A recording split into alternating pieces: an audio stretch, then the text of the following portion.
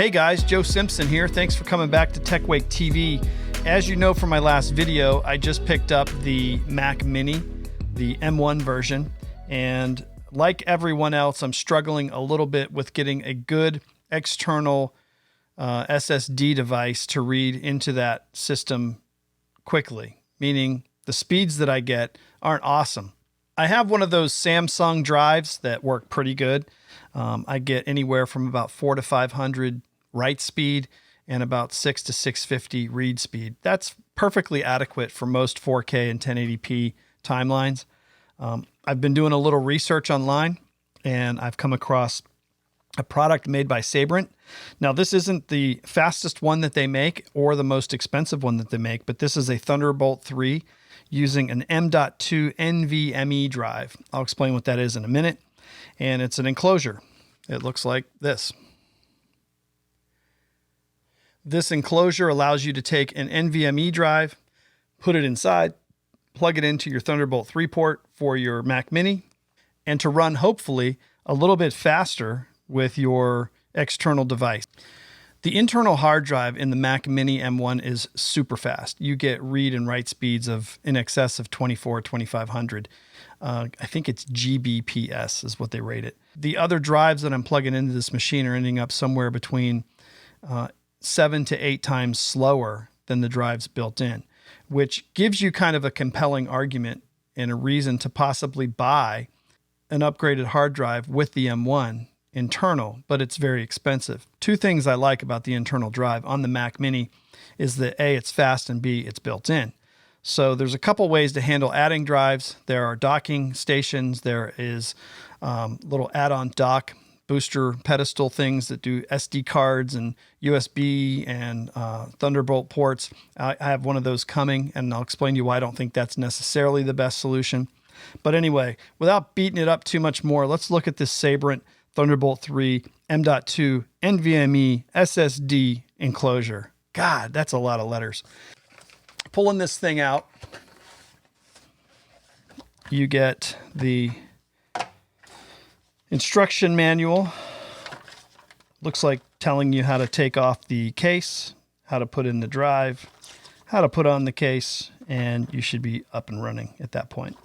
I don't like reading the manuals, so I'm going to throw that over there. This is a spread the love, make the right choice.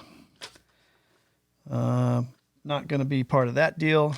They give you a little teeny weeny cable. Now, one thing I've heard about this cable, it pisses a lot of people off. It's got a notch in it where it goes into the unit, which I don't see that on this. Maybe they fixed it. Yeah, they did. Used to be right here in this little port, there was a little notch in a proprietary cable, and people were getting really ticked off about that. So it looks like they fixed that problem. So you basically take this tab right here and you flip it up. Can't really see it. And I think you just do that. Wow, that was really easy. It goes like this, goes like that. Done. That's cool. And it's a solid milled piece of aluminum. Don't know why that matters. But no, it's a decent build. That's important. Now I can't get it open. So do this. It's very smooth. It's not like you would think, like it feels grimy or crunchy or grindy. It has a very smooth, buttery feel when it closes. So that's actually pretty cool. Anxious to do this.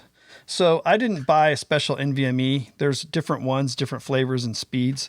I had one left over from a PC build that I had from a while back, and I thought I would just put it in here and see how fast it was. This is a 1 terabyte NVMe drive. Now, these drives are much faster than an SSD drive throughput-wise, but they do heat up quite a bit, so you got to be careful of the heat. So this is kind of a cool drive, but it runs a little bit hot. Let's see how this thing is set up to handle it. So reading these instructions, I shall put on my spectacles. Boy, that looks stupid. All right, let's take a look here. Put it on, put it in.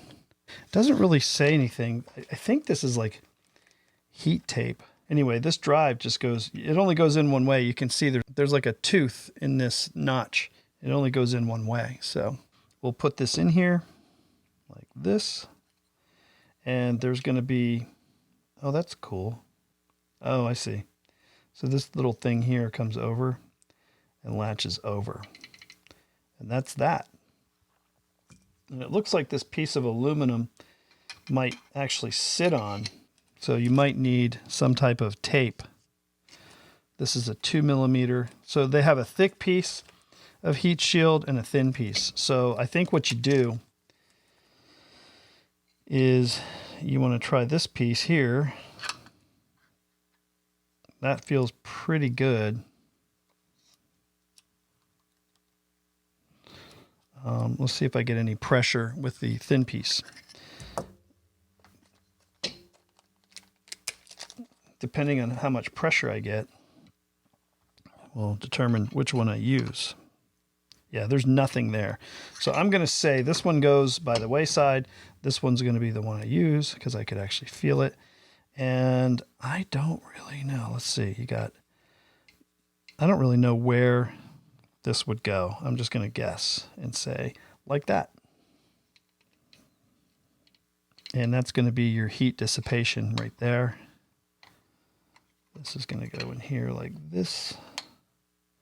And I put it in upside down like a turtle. Goes like this.